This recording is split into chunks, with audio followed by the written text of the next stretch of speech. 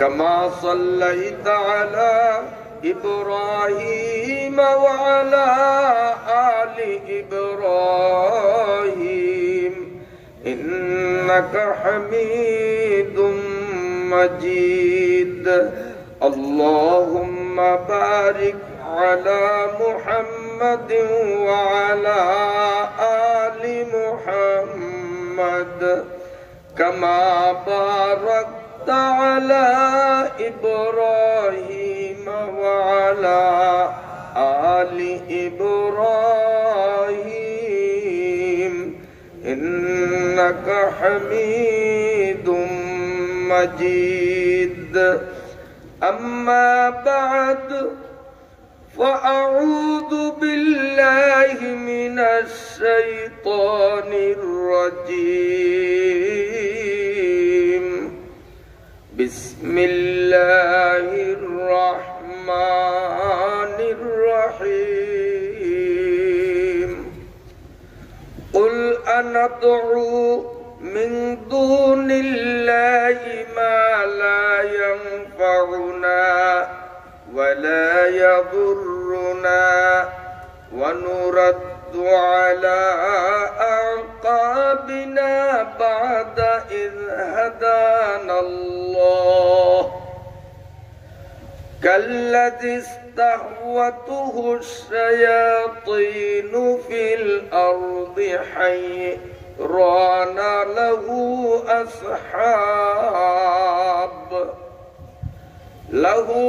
أصحاب يدعونه إلى الهدى ائتنا قل إن هدى الله هو الهدى وأمرنا لنسلم لرب العالمين صدق الله مولانا العظيم وصدق نبينا الأمين ونحن على ذلك من الشاهدين أما بعد পিরোজপুর জেলাধীন ভান্ডারিয়া থানার অন্তর্গত বিসমিল্লাহ চত্বর সংলগ্ন জামে মসজিদ চত্বরে স্থানীয় এক ঝাঁক নিবেদিত প্রাণ কোরআন প্রেমিকদের দীর্ঘদিনের নিরলস প্রচেষ্টায় মহিয়ান গরিয়ান করুণাময় রব্বুল আলামিনের অপরিসীম দয়া ও অনুকম্পার ফলশ্রুতিতে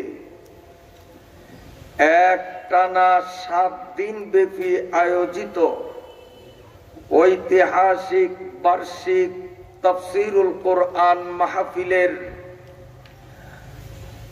আজ তৃতীয় দিনের সমাপনী পর্বের সম্মানিত সভাপতি, উপস্থিত মুহতারাম কাবিলে সদ ইহতিরাম হযরত উলামায়ে কিরাম, শ্রদ্ধাভাজন বয়োজ্যেষ্ঠ সম্মানিত মুরব্বিগণ, আমার স্নেহাস্পদ বন্ধুবর যুবক ও কিশোর ভাইয়েরা, পর্দার আড়ালে অবস্থানরত পরমা শ্রদ্ধেয়া অবলা সরলা সম্মানিতা আমার মায়েরা, বোনেরা ও মেয়েরা,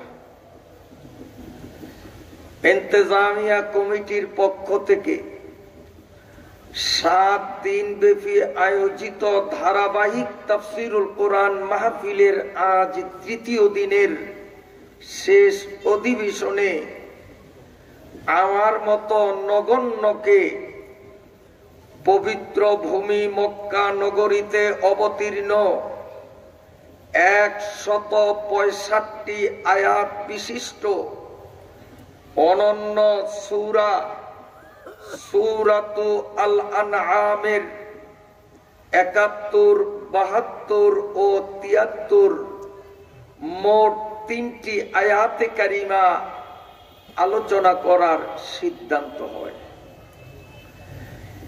সেই সিদ্ধান্তের আলোকে আমার জন্য বরাদ্দকৃত আয়াত ত্রয়ের 1 নম্বর আয়াত সিরিয়ালে 71 নম্বর আয়াতটুকুন আপনাদের সামনে তিলাওয়াত করব। আমার আল্লাহ আপনাদের মতো ধার্মিক, ইমানদার, নেককার, আল্লাহওয়ালা ব্যক্তিবর্গের পরিচ্ছন্ন মনের পরিপক্ক দোয়ার বদৌলতে আমার মতো অযোগ্য ও অদমকে যদি শক্তি দান করেন, তিলাওয়াতকৃত আয়াতের পাশাপাশি বাকি আরো 2টি সর্বমোট আয়াত 3টির আলোকে কিছু আলোচনা উপস্থাপনের দৃঢ় মনোনিবেশ করলাম ইনশাআল্লাহ। প্রথমেই সেই রব্বুল আলামিনের পাক দরবারে কৃতজ্ঞতা আর শুকরিয়া নিবেদন করছি, যিনি এই ঘনবসতিপূর্ণ এলাকার বহু সংখ্যক মুসলিম জনগোষ্ঠীর মধ্য থেকে একান্তভাবে আমাদেরকে মায়া করে, আদর করে, মনোনীত করে কোরআনুল কারীমের পবিত্র মাহফিলে সুস্থ সবল দেহমন নিয়ে সুশৃঙ্খলভাবে উপস্থিত হওয়ার সুবর্ণ সুযোগ ইনায়েত করলেন। সেই রব্বুল আলামিনের দরবারে অকপট মনে কৃতজ্ঞতা আদায়ার্থে জোরে সুরে বলি আলহামদুলিল্লাহ।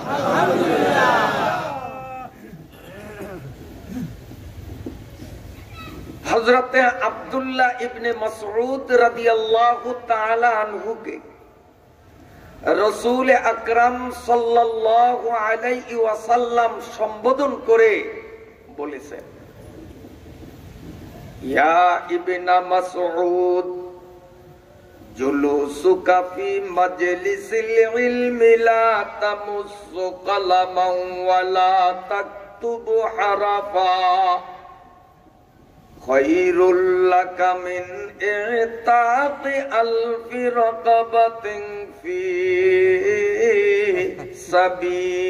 সাবিলিল্লাহ। সুবহানাল্লাহ, সুবহানাল্লাহ। নবী আলাইহিস সালাম আব্দুল্লাহ ইবনে মাসউদকে বললেন, এ আব্দুল্লাহ, কোথাও যদি ওয়াজ মাহফিল, তাফসীর মাহফিল, কোরআন হাদিসের অনুষ্ঠান বসে আর তুমি যদি ওই অনুষ্ঠানে অংশগ্রহণ করতে সক্ষম হও, যতক্ষণ তুমি ওই মজলিসে অবস্থান নিবে, প্রতিটা সেকেন্ডের বিনিময়ে আল্লাহ রাব্বুল আলামিন তোমাকে 1000 গোলাম আযাদ করার চেয়ে অধিক সওয়াব দান করবেন। ওয়া নাযরুকা ইলা ওয়াজহিল আলিমি খায়রুল লাকা মিন ইতাই আলফি ফারাসিন ফি সাবিলিল্লাহ। সুবহানাল্লাহ, সুবহানাল্লাহ। আল্লাহ পাকের নবী বলেন, আব্দুল্লাহ রে, ভাগ্য গুণে কখনো যদি তুমি আলেমদের মজলিসে উপস্থিত হওয়ার গৌরবে গৌরবান্বিত হও, আলেমদের মজলিসে বৈঠকে উপস্থিত হওয়ার সুযোগ যদি তোমার কপালে জোটে, আমি সত্য নবী দ্ব্যর্থহীন কণ্ঠে তোমাকে ঘোষণা দিয়ে দিলাম, আলেমদের মুখের দিকে ভক্তি, শ্রদ্ধা এবং ভালোবাসার দৃষ্টিতে যদি তুমি তাকাতে থাকো, এক এক সেকেন্ডে সেকেন্ডে তোমার আমল নামায় জিহাদের ময়দানে 100 ঘোড়া ফি সাবিলিল্লাহ দান করার থেকে বেশি সওয়াব দেওয়া হবে। ইসাআদাত বজুরে বাজুয়ে নিস তানা বখশা দো খোদায়ে বখশিন্দা। এটা আল্লাহ রাব্বুল আলামিনের পক্ষ থেকে এক অনন্য অনুদান। বিসমিল্লাহ চত্বরে বাৎসরিক 7 দিন ব্যাপী মাহফিলে অংশগ্রহণের মাধ্যমে সহজলভ্য এত বিরাট নেকি এলাকার সকলের পক্ষে কিন্তু হাসিল করা সম্ভব না। যেই রব্বুল আলামিন আমাকে আপনাকে কোরআনের মাহফিলে, আলেম উলামাদের মাহফিলে অসংখ্য রহমতের ফেরেশতাদের বেষ্টনীতে বসিয়ে আমাদের এক একটা সেকেন্ডকে এত বড় দামি ঘোষণা করলেন, ওই রব্বুল আলামিনের পাক দরবারে সন্তুষ্ট হৃদয়ে সমবেত কণ্ঠে আর একবার শুকরিয়া জানাই, আলহামদুলিল্লাহ।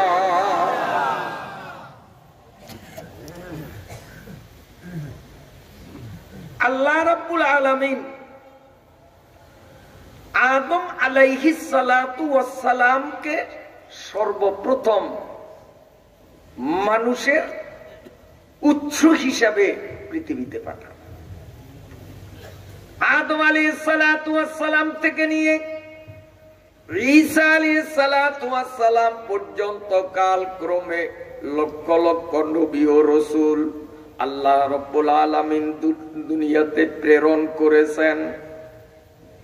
আদম থেকে নিয়ে ঈসা নবী পর্যন্ত সর্বকালের সর্বযুগের সকল নবীদের সকল উম্মতের মর্যাদা যদি একত্রিত করা হয়,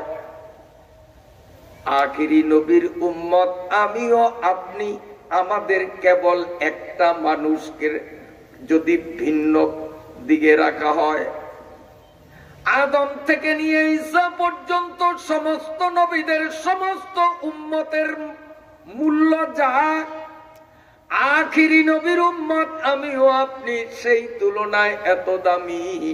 আমাদের এই উম্মতের কেবল একটা মানুষের দাম আগেকার সকল নবীর সকল উম্মতের চেয়ে বেশি। দেখো যা কর आनो में आए मोहतरम, देखो जाकुर आनो में आए मोहतरम, मुस्तफा की उम्मत है खैरे उम्मत। सुबहानाल्लाह, আমরা শ্রেষ্ঠ উম্মত, আমাদের নবী শ্রেষ্ঠ নবী, আমাদের কিতাব, যেই কিতাবের তাফসীর ইনশাআল্লাহ হবে সূরাত আল আনআমের 3টি আয়াত 71, 72, 73 নং আয়াত ত্রয়ের তাফসীর আল্লাহ যদি তৌফিক দেন হবে। আমাদের এই কিতাব রব্বুল আলামিন কর্তৃক অবতারিত সর্বমোট 104 খানা কিতাব। ওই 103 খানা কিতাবের চেয়ে আমাদের শুধু এক কিতাব কোরআনের দাম আল্লাহ পাকের কাছে অনেক বেশি। কোরআন সকল কিতাবের চেয়ে শ্রেষ্ঠ। এই কোরআন যে নবীর নিকট অবতীর্ণ, তিনি সমগ্র নবীদের নবী, শ্রেষ্ঠ নবী। আর শ্রেষ্ঠ নবীর উম্মত বলে আমরাও সকল উম্মতের মধ্যে শ্রেষ্ঠ উম্মত। आदमियत दादाई बा जब मुसलमान करदाई, आदमियत दादाई बा जब मुसलमान करदाई, ऐ खुदा कुर्बा शवम एहसा बरे एहसा करदाई। উইদাউট অ্যাপ্লিকেশন, দাবি দেওয়া দরখাস্ত ছাড়াই রব্বুল আলামিন দয়া পরবশ হয়ে আমাকে আপনাকে আখিরি নবীর উম্মতে শামিল করলেন। শ্রেষ্ঠ নবীর উম্মত বানিয়ে শ্রেষ্ঠ কোরআনের তাফসীর শোনার মাহফিলে আমাদের আসার তৌফিক দান করলেন। এই কেবল একটা নেয়ামতের শুকরিয়া। কিয়ামত পর্যন্ত সিজদায় ভুলুণ্ঠিত হয়ে থাকলেও কেবল একটা নেয়ামতের শুকরিয়া শেষ হবে না। কষ্ট হয় আপনাদের? আমরা কত বড় দামি উম্মত! এই কোরআনের ছোঁয়ায়, কোরআনের উসিলায় আমাদের মর্যাদা কতখানি, এ মর্মে আমি স্বল্প পরিসরে সংক্ষিপ্তাকারে হাদিসের আলোকে আপনাদের সামনে দু চারটি কথা উপস্থাপন করেই অল্পক্ষণের মধ্যে নির্ধারিত বিষয়ভিত্তিক আলোচনায় চলে যাব ইনশাআল্লাহ। এই উম্মত কত বড় দামি! এই মাহফিলের মধ্যে আমরা বসলাম, সেই হাদিসটা আবারও স্মরণ করিয়ে দিচ্ছি। যতক্ষণ পর্যন্ত কোরআনের মাহফিলে আমরা থাকব, এক একটা সেকেন্ডে সেকেন্ডে রব্বুল আলামিন আমাদেরকে 1000 গোলাম আজাদের চেয়ে বেশি সওয়াব, প্রত্যেক সেকেন্ডে সেকেন্ডে জিহাদের ময়দানে 1000 ঘোড়া দান করার চেয়ে বেশি সওয়াব দিবে। সুবহানাল্লাহ, সুবহানাল্লাহ। কত দামি আমরা! কাজ কম, লাভ বেশি। হাদিসে পাকের মধ্যে বর্ণিত, আমার প্রিয় নবী সাল্লাল্লাহু আলাইহি ওয়াসাল্লাম ইরশাদ করেন, উম্মত আমার কিয়ামতের ময়দানে আমার জন্য বরাদ্দকৃত আয়াতে কিয়ামতের আলোচনা আসবে, অত্যন্ত মর্মস্পর্শী আলোচনা। ইনশাআল্লাহ পবিত্র কোরআনুল কারীমের তাসির অন্তরে পয়দা হলে আশা করি আমিও চোখের পানি রাখতে পারবো না, আপনিও পারবেন না। আল্লাহ আমাদের কবুল করুন, আমিন। ওই কিয়ামতের ময়দানে, হাসরের মাঠে আমার প্রিয় নবী রাহমাতুল লিল আলামিন মুহাম্মাদুর রাসূলুল্লাহ সাল্লাল্লাহু আলাইহি ওয়াসাল্লামের সুপারিশ ছাড়া জান্নাতে যাওয়ার আশা কেউ করতে পারে না। আমার নবীর সুপারিশ ছাড়া এমন একজন লোক খুঁজে পাওয়া যাবে না যে জান্নাতে যেতে পারবে। জান্নাতে যেতে হলে তার পূর্ব শর্তই হলো নবী পাক সাল্লাল্লাহু আলাইহি ওয়াসাল্লামের সুপারিশ পাওয়া। আল্লাহ পাকের নবী বলেন, উম্মত রে, আমার সুপারিশে হাসরের মাঠে ধন্য হয়ে জান্নাতের টিকিট হাতে নিয়ে সহজে তোমরা যাতে জান্নাতে যেতে পারো, আমি নবী তোমাদের শিখাইয়া দিলাম ছোট্ট একটা দুরূদ। এই ছোট্ট দুরূদটা যদি তোমরা সকালে 10 বার, বিকালে 10 বার ছোট্ট দুরূদটা প্রতিদিন পড়ার অভ্যাস করে নাও, ফজরের পরে 10 বার, মাগরিবের পরে 10 বার, প্রতিদিন সকাল বিকাল 10 বার 10 বার করে দোয়াটা আমার যে উম্মত পড়বে, চাই সে উম্মত ইমাম হোক, মুক্তাদি হোক, মাস্টার হোক, আলেম হোক, ব্যবসায়ী হোক, জেলে, চাষি, কামার, কুমার, শিক্ষিত, মূর্খ, যাই হোক না কেন, ছোট্ট দুরূদটা সকালে ও বিকালে যদি পড়ে, আমি নবী গ্যারান্টি দিলাম হাসরের মাঠে সুপারিশ করিয়া জান্নাতের টিকিট তার হাতে ধরাইয়া দেওয়া আমি নবীর উপর বাধ্যতামূলক হয়ে যাবে। সকালে আর বিকালে 10 বার 10 বার করে দুরূদ কানা যে মেয়ে লোক পড়বে, পুরুষে পড়বে, দোকানদার পড়বে, খরিদ্দার পড়বে, ইমাম কিংবা মুক্তাদি যেই ব্যক্তি পড়বে, নবী বলেন কিয়ামতের ময়দানে আমি নবীর উপর ওয়াজিব হয়ে যাবে, কম্বলচারী হয়ে যাবে আমার ওই উম্মতের জন্য সুপারিশ করা। সুবহানাল্লাহ। এই দুরূদটা লাগবে নি আপনাদের? যিনি মনে করেন নবীজির সুপারিশের কোনো প্রয়োজন নাই, আমি নবীজিকে অ্যাবাউট করে নিজের বলেই নিজে জান্নাতে যেতে চাই, তার দুরূদ লাগবে না। আর যিনি মনে করেন যে না নবীর সুপারিশ ছাড়া কপাল খুলবে না, তার দুরূদ লাগবে। বলবো? আমার সাথে সাথে পড়েন আল্লাহুম্মা সাল্লি ওয়া সাল্লিম আলা নাবিয়িনা মুহাম্মদ। আবার আল্লাহুম্মা সাল্লি ওয়া সাল্লিম আলা নাবিয়িনা মুহাম্মদ। আবার আল্লাহুম্মা সাল্লি ওয়া সাল্লিম আলা নাবিয়িনা মুহাম্মদ। দুরূদটা কি বেশি লম্বা মনে হইল? আসলে খুব বড় মনে হয়। এর টাইটেল পাস আলেম ছাড়া মনে হয় আর কেউ পারবে না, খুব বড়। ইচ্ছা করলে যে সরে সরে আলিফ বাতা এবিসিডি জানে না, আক্ষরিক জ্ঞান বলতে কিছু নাই, ইচ্ছে করলে সেও মুখস্থ করা সহজ, ঠিক না? একবারে ছোট্ট আল্লাহুম্মা সাল্লি ওয়া সাল্লিম আলা নাবিয়িনা মুহাম্মদ, একবারে ছোট্ট। এই উম্মত কত বড় দামি, এই ছোট্ট আমলের দ্বারা নবীজির সুপারিশের যোগ্য হয়ে যায়। সুবহানাল্লাহ। আমার নবী বলেন উম্মত রে, আমি তোমারে সুপারিশ করব, জান্নাতের টিকেট তুমি পাবে। ওই জান্নাতে গিয়ে যদি তুমি ফলমূল খেতে চাও, দুনিয়ায় থাকা অবস্থায় জান্নাতের বাগানে ফল গাছ তোমাকে লাগাতে হবে। এখন দুনিয়ায় বসে জান্নাতের বাগানে ফল গাছ কিভাবে রোপণ করব? আমার নবী শিখাইয়া দিলেন উম্মত, তোমারে ছোট্ট একটা দোয়া আমি নবী শিখে গেলাম। এই দোয়াটা তুমি চলার পথেও পড়তে পারো, দোকানে বসেও পড়তে পারো, ক্ষেত খামারেও পারো, অফিসেও পারো, বাড়িতেও পারো।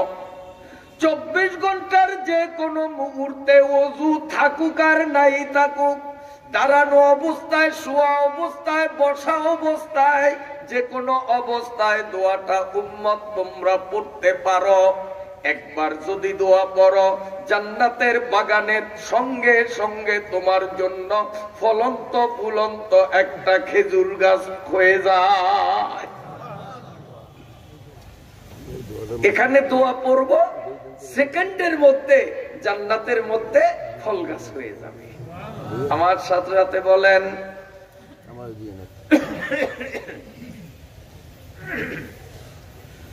সুবহানাল্লাহিল আযীম ওয়া বিহামদিহি। খেজুর গাছ একটা হইছে, আমারও হইছে, সামনের কয়েকজনের হইছে, ওই কোন আলাদের হয় নাই মানে, কারণ ওনাদের দোয়ার আওয়াজ আমার কানে আসে নাই। না, এটা নবীজির কথা, যে পড়বে তার গাছ হবে, যে পড়বে না তার হবেও না। এখন যিনি মনে করেন যে ভান্ডারিয়া থানায় আমি জমি কম জোগাড় করি নাই, আমার অনেক বিশাল বিশাল বাগান আছে, অনেক ফল গাছ আছে, জান্নাতের ফল গাছ আমার লাগবে না, তো আপনার দোয়াও লাগবে না, দরকার নাই। আর যারা মনে করেন যে না জান্নাতের বাগানে আমার ফল খেতে হবে, তাহলে ফল গাছ এখনই আমাকে দোয়ার মাধ্যমে রোপণ করতে হবে, অবশ্যই তারা জুবান খুলে আমার সাথে সাথে বলেন সুবহানাল্লাহিল আযীম ওয়া বিহামদিহি। এই গাছ আরো একটা হইছে, সুবহানাল্লাহিল আযীম ওয়া বিহামদিহি। 3 বার পড়লাম, গাছ কয়টা হইছে? 3টা হইছে। বলবেন যে হুজুর কই গাছ তো দেখি না। আমিও তো দুঃখিত, আমার আল্লাহ যদি এখন আমারে একটা ক্যামেরা দিয়ে আজকের স্টেজে পাঠাইতেন, তো ওই ক্যামেরা দিয়া জান্নাতের ফল গাছ আমিও দেখতাম, এইভাবে ধৈর্য আপনাদেরও দেখাইতাম। দেখেন ক্যামেরা তো আমার হাতে নাই, দেখাইতে পারলাম না। তবে আমার নবী যখন বলছেন, আমি না দেখলেও 100% বিশ্বাস করি গাছ তিনটা আমার হয়েই গেছে। আপনাদের বিশ্বাস হয়নি? আপনাদের বিশ্বাস হয়? কারণ আমার নবী জীবনে কোনোদিন ফালতু কথা বলেননি, আমার নবী জীবনে কোনোদিন অবান্তর কথা বলেননি, আমার নবী জীবনে কোনোদিন মিথ্যা কথা বলেন। এই জন্য ভাই এই দোয়াগুলো আমরা মুখস্থ করব। এই উম্মতের এত বড় দাম, দুনিয়ায় বসে একবার পড়বে সুবহানাল্লাহিল আযীম ওয়া বিহামদিহি, জান্নাতে তার একটা ফল গাছ হয়ে যাবে। আমার নবী ইরশাদ করেন, উম্মত জান্নাতে যাইতে হলে অনেক অনেক সওয়াবের দরকার। জান্নাত খুব দামি জিনিস, আর জান্নাত বিক্রয় হবে যেই মুদ্রার মাধ্যমে, বিনিময় হবে যেই মুদ্রা বা টাকা, ওই মুদ্রার নাম হলো সওয়াব। জান্নাত কিনতে সওয়াব লাগবে। জান্নাত কেনার জন্যে যেই পরিমাণ সওয়াবের দরকার, উম্মত ওই পরিমাণ সওয়াব কামাই করার শক্তি তোমাদের কারো নাই। যেই পরিমাণ সওয়াব আল্লাহর ব্যাংকে জমা দিলে জান্নাতের দলিল রেজিস্ট্রি হবে, ওই পরিমাণ সওয়াব কিন্তু আমারও কামাই করার শক্তি নাই, আপনারও নাই। এই জন্য আল্লাহ রাব্বুল আলামিন আমাদের প্রিয় নবী সাল্লাল্লাহু আলাইহি ওয়াসাল্লামের মাধ্যমে শ্রেষ্ঠ উম্মতকে অফার দিয়ে দিলেন, উম্মত রে ছোট্ট একটা দোয়া তোমাদের শিখিয়ে গেলাম। এই দোয়াটা পড়ার কোনো টাইম টেবিল নাই, সময় নির্ধারণ নাই, উযু থাকাও শর্ত নয়। 24 ঘন্টার যে কোনো মুহূর্তে দোয়াটা যদি আমার কোনো উম্মত একবার পড়তে পারে, এর জন্য এতগুলো সওয়াব বরাদ্দ হবে। ওই সওয়াবগুলো লিখতে 70 জন ফেরেশতার 1000 দিন সময় লাগে। আমার সাথে সাথে বলেন, জাযাল্লাহু আন্না মুহাম্মাদাম মা হুয়া আহলুহু। এই যে একবার পড়লাম, 70 জন ফেরেশতাকে চাকরিতে নিয়োগ দিয়ে দিলাম। এখন আমি বয়ান করব, আপনারা বয়ান শুনবেন, এরপরে প্রত্যেকে রাত্রে আমরা ঘুমাবো। দিনের বেলায় যার যার ব্যক্তিগত কর্মস্থলে আমরা দায়িত্ব পালন করব। কিন্তু এই যে দোয়াটা একবার পড়লাম, 70 জন ফেরেশতাকে আমার চাকরিতে নিয়োগ দিলাম, এরা ঘুমাবে না, এরা গল্প করবে না, এরা ফেসবুক ইউটিউব চালাইবে না। চালাইনি ফেরেশতারা? এই ফেরেশতারা আমরা দোয়া পড়ার সাথে সাথে 70 জন ফেরেশতা আমাদের আমলনামায় সওয়াব লেখা শুরু কইরা দিলেন।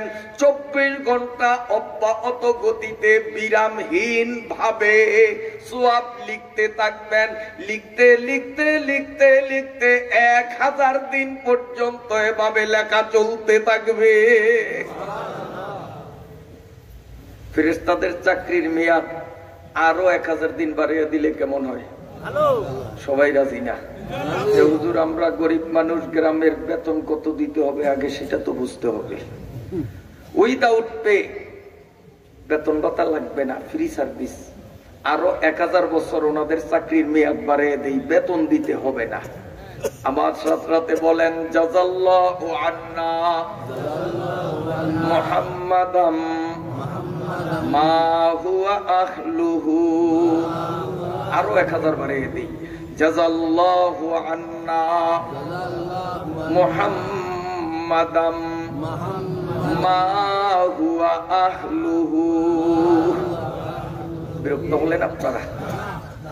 সব বয়ান মুখস্থ রাখা সম্ভব হবে না, বাড়িতে সব নিতে পারবেন না।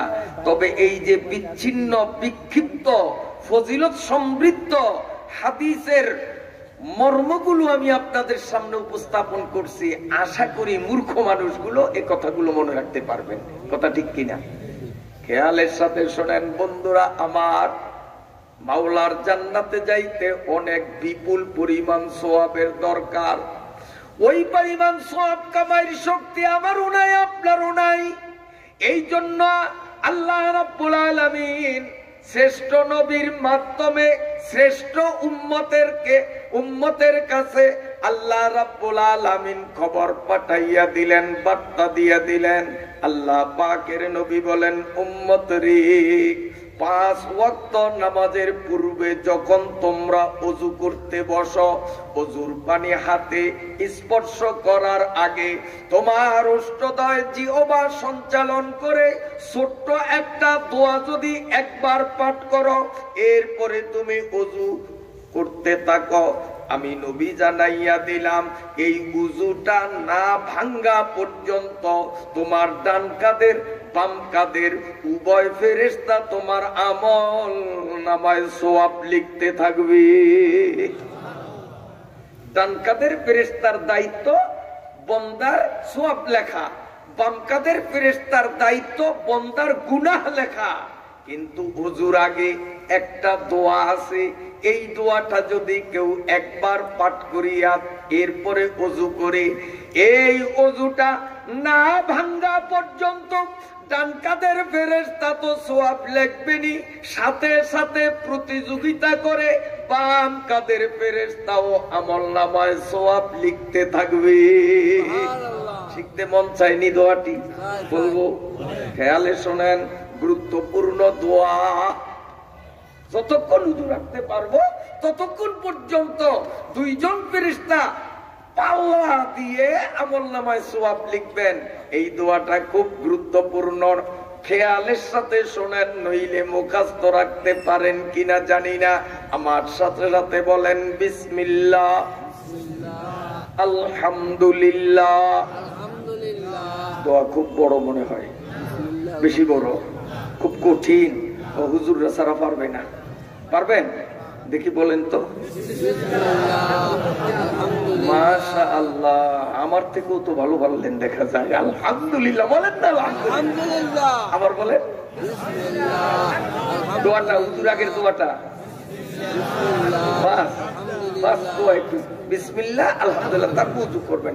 এই উযু 1 ঘন্টা, 2 ঘন্টা, 3 ঘন্টা, 5 ঘন্টা, যতক্ষণ আপনি ধরে রাখতে পারবেন ততক্ষণ পর্যন্ত উভয় কাঁধের ফেরেশতার ছুটি নাই, বিরামহীন গতিতে 2 জন আমলনামায় সওয়াব লোড দিতে থাকবে। সুবহানাল্লাহ। মনে থাকবে তো ইনশাআল্লাহ? পয়সা খরচ হবে দোয়া এটা পড়লে, ক্লান্তি আসবে, সময় নষ্ট হবে। বলেন কি দোয়া? মাশাআল্লাহ মাশাআল্লাহ। এখন উযুটা করবেন কোথায় এটাও একটু বলবো। তাফসীরে আসতেছি, আমি আর বেশি বলবো না, কারণ এই ফজিলতের বয়ান সারা রাত করলেও কোনো আলেম শেষ করতে পারবেন না। মোটামুটি আপনাদের একটু উৎসাহ দানের জন্য আমি আর যদি 2-1টা হাদিস বলি বিরক্তিবোধ করবেন আপনারা, এরপরেই আসতেছি আয়াতে। আমার ভাইরা বাবাজিরা কান খুলে শুনুন, ওযু করবেন কোথায়? ওযু করার জায়গা হলো 2টা। এখন কোন জায়গায় ওযু করবেন সিদ্ধান্ত আপনি নিবেন। জায়গা 2টা আমি দেখাইয়া দেব। একটা জায়গা হলো মসজিদের নির্ধারিত ওযুখানা, এই যে মসজিদের উত্তর পাশে মসজিদের নির্ধারিত ওযুখানায় ওযু করা যায়। ওযু করার আরেকটা হলো যার যার অবস্থানের স্থান। দোকানদার যারা, তারা দোকানের পাশে বসিয়া ওযু করতে পারবে কিনা? কথা বলেন। স্কুল কলেজ মাদ্রাসায় যারা আছে ছাত্র শিক্ষক, ওই স্কুল কলেজ মাদ্রাসার বারান্দায় অথবা আশেপাশে কোথাও ওযু করা যাবে কিনা? যারা বাড়ির থেকে মসজিদে এসে নামাজ পড়বেন, আপনার বাড়িতেও কি ওযু করা যাবে না তো মনে হয়? তাহলে যার যার অবস্থানের জায়গায় ওযু করা। দোকানদার দোকানে, অফিসওয়ালা অফিসে, বাড়িওয়ালা বাড়িতে, স্কুলওয়ালা স্কুলে, মাদ্রাসাওয়ালা মাদ্রাসায়, অর্থাৎ যে যেখানে অবস্থান করে ওখান থেকে ওযু করা যায়। আবার ওখান থেকে ওযু ছাড়া মসজিদের কাছে এসে মসজিদের ওযুখানায়ও ওযু করা যায়। দুই ওযুতে আসমান জমিনের মতো ব্যবধান। আপনি নিজের স্থান থেকে বিনা ওযুতেই আসলেন, আইসা মসজিদের ওযুখানা ব্যবহার করলেন, ওযু করলেন, সমস্যা নাই, ওযু পাইছেন, নামাজও হবে, আর বেশি কিচ্ছু হবে না। কিন্তু এই ওযুটা যদি দোকানওয়ালা দোকান থেকে, বাড়িওয়ালা বাড়ি থেকে, চাকরিজীবী চাকরির কর্মস্থল থেকে ওযু করিয়া ওযুর হালতে যদি মসজিদে আসতেন, নামাজ শেষ করিয়া যখন মসজিদ থেকে বের হতেন, আল্লাহ রাব্বুল আলামিন ডেকে ডেকে বলতেন, ওরে আমার বান্দা, তুমি তোমার স্থান থেকে ওযু করিয়া মসজিদে এসে নামাজ পড়লা, আমি আল্লাহ তোমার আমলনামায় একটা কবুল হজের সওয়াব দিলাম। মসজিদের ঘাটে ওযু করলে শুধু ওযু পাইলাম, হজ পাইলাম না। আর উজুটা স্থান থেকে করিয়া আসলে উজুও পাইলাম, নামাজও পাইলাম, বোনাস পাইলাম কি? এই আমলটা যদি ধইরা রাখতে পারি, ডেইলি কয়টা হজ? কয়টা? 5টা হজ। সপ্তাহে কতগুলো, মাসে কতগুলো, সারা জীবনে কতগুলো? রব্বুল আলামিন হাসরের মাঠে যদি বলেন আমার জান্নাত কিনতে হলে লক্ষ লক্ষ হজের সওয়াব জমা দাও, এই আমলটা যদি আজ থেকে ভান্ডারিয়া বিসমিল্লাহ চত্বরের চতুর্পার্শ্বের মুসলমানরা যদি শুরু কইরা দেন, বলেন তো হাসরে মাওলার ব্যাংকে হজের সওয়াব দিতে সমস্যা হবে নি আমাদের? কারণ সব তো আমরা কামাই করেই ফেলাই না। মনে থাকবে তো? উযু কোথায় করব আমরা? হ্যাঁ, বাড়ির থেকে উযু করে আসবেন। আমরা মানুষ, পথে যদি উযু নষ্ট হয়ে যায়, আবার বাড়িতে উযুর জন্য ফেরা লাগবে না, জরুরত সারার জন্য মসজিদের ট্যাপে বসে উযু করব, হজের সওয়াব কিন্তু নষ্ট হবে না। এবং যারা পথিক, যেমন আমি মুসাফির, ভোলায় বাড়ি, এখানে আমি বাড়ি যাব, সেখান থেকে উযু কইরা আসব, এটা কি আমার জন্য সম্ভব? মুসাফির যারা, পথিক যারা, তাদের জন্য মসজিদের ওযুখানা, স্থানীয় লোকদের ওযুখানা যার যার স্থান। আল্লাহু আকবার। আমার ভাইরা বাবাজিরা, আরেকটা হাদিস বলে আমি শেষ করছি। আল্লাহ পাকের নবী বুঝাইয়া দিলেন উম্মতরে, এইরকম ছোট্ট ছোট্ট দোয়া, ছোট্ট ছোট্ট হাজার হাজার আমল আমি নবী তোমাদের দিয়ে গেলাম, এগুলোর মাধ্যমে তোমরা অসংখ্য অগণিত নেকি অর্জন করবে। মাওলার ব্যাংকে হাসরের মাঠে যখন সওয়াবগুলো জমা দিবে, জান্নাতের টিকিট তোমার হাতে আসবে বটে, কিন্তু গুনাহের ময়লা যদি তোমার গায়ে লাগা থাকে, মাওলার পবিত্র স্থান জান্নাতের টিকিট পাইলেও জান্নাত তোমার কপালে জুটবে না। ময়লা যুক্ত মানুষ জান্নাতে যাইতে পারবে না, তার ময়লা পরিষ্কার করতে হবে। ময়লা পরিষ্কারের জায়গার নাম হলো জাহান্নাম। জাহান্নামের আগুনে পোড়াবে, জাহান্নামের গুচ্ছ মারা হবে, জাহান্নামের সাপের ধ্বংসন খেতে হবে। এগুলোর মাধ্যমে যখন পাপের ময়লা, গুনাহের ময়লা শোধন হয়ে যাবে, ফেরেশতারা বলবে আল্লাহ আর পাপ নাই, সব শেষ। আল্লাহ বলবেন ঠিক আছে, এক জাররা ঈমানও যদি থাইকা থাকে, তাহলে জাহান্নাম থেকে উঠাও, আমার জান্নাতে দাও। আমার নবী জানাইয়া দেন, উম্মত রে, জাহান্নামের আযাব সহ্য করা কারোর জন্য শক্তিতে কুলাবে না। দুনিয়ার আযাবের চেয়ে জাহান্নামের আযাব অনেক অনেক কঠিন, যা ভাষায় ব্যক্ত করা যায় না। এরে উম্মত, জাহান্নামে যাইয়া তুমি তোমার গুনার ময়লা পরিষ্কার করবা, ওই শক্তি তোমার নাই। তাই আমি নবী, শ্রেষ্ঠ উম্মত তোমরা, তাই তোমাদেরকে সহজ পন্থা বাতলাইয়া দিলাম। প্রতি রাত্রে যেই বিছানায় তুমি ঘুমাবে, ওই বিছানায় গিয়ে একবার যদি তুমি ছোট্ট একটা দোয়া পড়ো, আমি নবী তোমাকে দায়িত্বহীন কণ্ঠে ঘোষণা দিয়া দিলাম, তোমার দোয়া শেষ হইতে না হইতে আল্লাহ রাব্বুল আলামিন তোমার জীবনের সমস্ত গুনাহগুলো মাফ করে দিবে। এখন আপনারা বলেন, দোজখে যাইয়া ফেরেশতার হাতের মাইর খাইয়া দোজখের আগুনে জ্বলিয়া গুনাহের ময়লা পরিষ্কার করা ভালো না ঘুমাইবার আগে বিছনায় যাইয়া একবার দোয়া পইরা গুনার ময়লা পরিষ্কার করা ভালো? কোনটা? এটা সহজ না, ওইটা বড় কঠিন। এখন দোয়াটা কি আমার সাথে রাতে বলেন, আস্তাগফিরুল্লাহ আল্লাযী লা ইলাহা ইল্লা হুয়াল হাইয়ুল কাইয়্যুম ওয়া আতুবু ইলাইহি। এটা তো মুখস্থ নাই মনে হয় আপনাদের। না আজকে তাফসীর বাদ দিয়ে এটা পড়াবো আপনাদের? পড়ান লাগবে, পড়ান লাগবে। দেখি নিজেরা শুনান, বলেন বলেন। ওয়া আতুবু ইলাইহি, ইলাইহি, এদিক দেখেন, ইলাইহি। এই ইলাইহি বলার সাথে সাথে আমল নামার থেকে গোটা জীবনের সমস্ত গুনাহগুলো ডিলিট হয়ে যাবে। এখন কাহারও মনে প্রশ্ন আসতে পারে যে হুজুর, একটা লোকের বয়স চলতেছে 90 বছর, তো এ বেটায় 90 বছর সময় লাগছে পাপ করতে, পাপগুলা করতে তার 90 বছর সময় লাগছে। বলার সাথে সাথে এই 90 বছরের পাপ কেমনে মোচন হয়, এই পাপগুলো মোচন করতেও তো আবার 90 বছর সময় লাগার দরকার। আচ্ছা, এটা সহজে বুঝবেন। বর্তমানে মোবাইল চিনেননি আপনারা?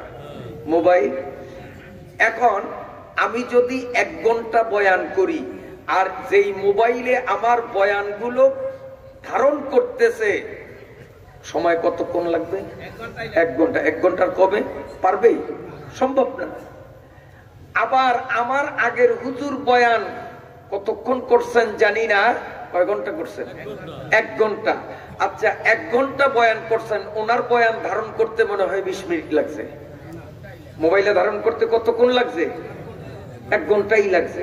তো এইরকম ভাবে মোবাইলের ধারণ করতে কিন্তু অনেক সময় লাগে।